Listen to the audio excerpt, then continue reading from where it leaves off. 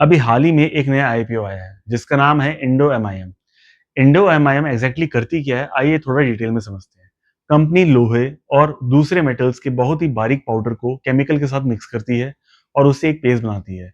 फिर उस पेस्ट को अलग अलग मोल्ड्स में इंजेक्ट किया जाता है और बहुत ही ज्यादा टेम्परेचर पर गर्म किया जाता है। इस प्रोसेस के बाद फाइनल मेटल पार्ट तैयार हो जाता है। सिंपल वर्ड्स में कहूं तो इंडो एमआईएम एक मेटल पार्ट्स फैक्ट्री है जो बहुत ही एक्यूरेट और छोटे पार्ट्स बनाती है। फॉर एग्जाम्पल जैसे बिस्किट कंपनीज बिस्किट्स बनाने के लिए एक पेस्ट बनाती है पहले, दूसरा फिर उसे एक शेप के मोल्ड में डालती हैं, तीसरा फिर उसे ओवन में पकाया जाता है और चौथा आखिरकार बिस्कुट तैयार हो जाता है। इंडो एमआईएम भी कुछ ऐसा ही करती है, बस बिस्किट की जगह मेटल पाउडर यूज होता है और बिस्किट की जगह मेटल कंपोनेंट्स बनाते हैं। एक लाइन में समझें तो इंडो एमआईएम एक ऐसी कंपनी है जो एडवांस टेक्नोलॉजी की मदद से कार्स, मोबाइल्स, हॉस्पिटल्स, एयरक्राफ्ट्स के लिए छोटे और हाई क्वालिटी मेटल पार्ट्स बनाती है। कंपनीज पैसा कैसे बनाती हैं? देखिए, मान लीजिए टाटा या कोई फॉरेन कंपनी इंडो एमआईएम को एक ऑर्डर देती है कि हमें हर साल 50 लाख मेटल पार्ट्स चाहिए। तो इंडो एमआईएम उन पार्ट्स को मैन्युफैक्चर करके सप्लाई करती है और हर पार्ट पर प्रॉफिट कमाती है। जितने ज्यादा ऑर्डर्स मिलेंगे, कंपनी उतना ज्यादा पैसा कमाएगी। ये बिजनेस स्पेशल क्यों है? देखिए, इस कम बिजनेस का शुरू करना आसान नहीं है, क्योंकि इसके लिए चाहिए करोड़ों की मशीनरी, स्किल्ड इंजीनियर्स, सालों का एक्सपीरियंस और चौथा हाई क्वालिटी स्टैंडर्ड्स। इस वजह से दुनिया में बहुत ही कम कंपनीज इंडो एमआईएम जैसा काम कर पाती हैं। अब बात करते हैं आईपीओ की। देखिए, कंपनी लगभग 3812 करोड़ का आईपीओ लेकर आ रही है।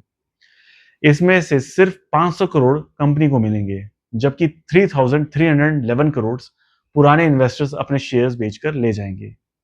इस प्रोसेस को कहेंगे ऑफर फॉर सेल, यानी कि ओएफएस कहा जाता है। देखिए, जो 500 करोड़ इनको कंपनी को जो मिलेगा, इसमें से आईपीओ में से उसमें से 400 करोड़ एग्जिस्टिंग बोरिंग उनकी जो है उसको रीपे या प्रीपेमेंट के लिए यूज करा जाएगा और बाकी का कंपनी के बिजनेस ग्रोथ के लिए। आईपीओ का प्राइस बैंड 461 से लेकर 485 पर शेयर है। आईपीओ 23 जुलाई से ओपन होगा और 27 जुलाई को क्लोज हो जाएगा और इस आईपीओ को 30 जुलाई को स्टॉक एक्सचेंज में लिस्ट हो जाएगा। एक लॉट में 30 शेयर हैं। इसमें कम से कम इन्वेस्टमेंट 14,550 रुपीज की चाहिए। अब बात करते हैं कंपनी के रेवेन्यूज के बारे में। देखिए, अगर फाइनेंशियल 24 में कहूं तो कंपनी ने 2,900 करोड़ का रेवेन्यू करा, प्रॉफिट 284 करोड़ का। वही एफवाई 25 में कंपनी का रेवेन्यू 3,374 करोड़ था और प्रॉफिट 424 करोड़, और एफवाई 26 में 4,320 करोड़ और प्रॉफिट 534 करोड़। ध्यान देने वाली बात यह है कि कंपनी ने सिर्फ 2 सालों में 88% की रेवेन्यू ग्रोथ करी है प्रॉफिट में। अब बात करते हैं वैल्यूएशन की। देखिए, आईपीओ अपर प्राइस बैंड पर अगर कंपनी वैल्यू करती है आती है तो इसका पीई लगभग 44 का है। सिंपल लैंग्वेज में कहूं तो इसका मतलब यह है कि एक इन्वेस्टर ₹1 कमाने के लिए अपने 44 रुपीज कंपनी में लगाने के लिए तैयार है। यह वैल्यूएशन थोड़ी महंगी जरूर है, लेकिन कंपनी का बिजनेस भी काफी यूनिक है। कंपनी की अगर एबिटा मार्जिन की बात करी जाए तो वो अराउंड 25% है, प्रॉफिट मार्जिन 12.74% है, कंपनी का आरओई 21% है और return on capital employed is around 26.6%, जो कि काफी डिसेंट है। चलिए अब देखते हैं कंपनी की स्ट्रेंथ के बारे में। देखिए, पहला स्ट्रेंथ है कि कंपनी एक निश बिजनेस में काम करती है जहां कंपटीशन बहुत ही कम है। दूसरा स्ट्रेंथ है कि कंपनी की सेल्स और प्रॉफिट दोनों तेजी से बढ़ रहे हैं। तीसरा स्ट्रेंथ यह है कि कंपनी के कस्टमर दुनिया भर में है, मतलब इंडिया के अलावा ग्लोबली हर जगह, हर देश में है। और चौथी स्ट्रेंथ ये है कि बिजनेस में एंट्री करना इतना मुश्किल है कि क्योंकि इसको कॉपी करना इतना आसान नहीं, क्योंकि इसमें एडवांस्ड मशीन्स और सालों का एक्सपीरियंस चाहिए। लेकिन हर इन्वेस्टमेंट के साथ कुछ रिस्क भी होते हैं। अब सबसे बड़ा रिस्क ये है कि आईपीओ लगभग 87% जो पैसा होगा कंपनी को नहीं मिलेगा, बल्कि पुराने इन्वेस्टर्स अपने शेयर्स बेचकर इसमें से अपने घर ले जाएंगे। दूसरा रिस्क यही कि कंपनी काफी बड़ी हद तक एक्सपोर्ट्स पर डिपेंडेंट है। अगर ग्लोबल इकोनॉमी स्लो हो जाती है तो कंपनी की ग्रोथ पर असर पड़ सकता है। तीसरा है कि रिस्क वैल्यूएशन का है, क्योंकि कंपनी सस्ती नहीं है। तो क्या रिटेल इन्वेस्टर को अप्लाई करना चाहिए?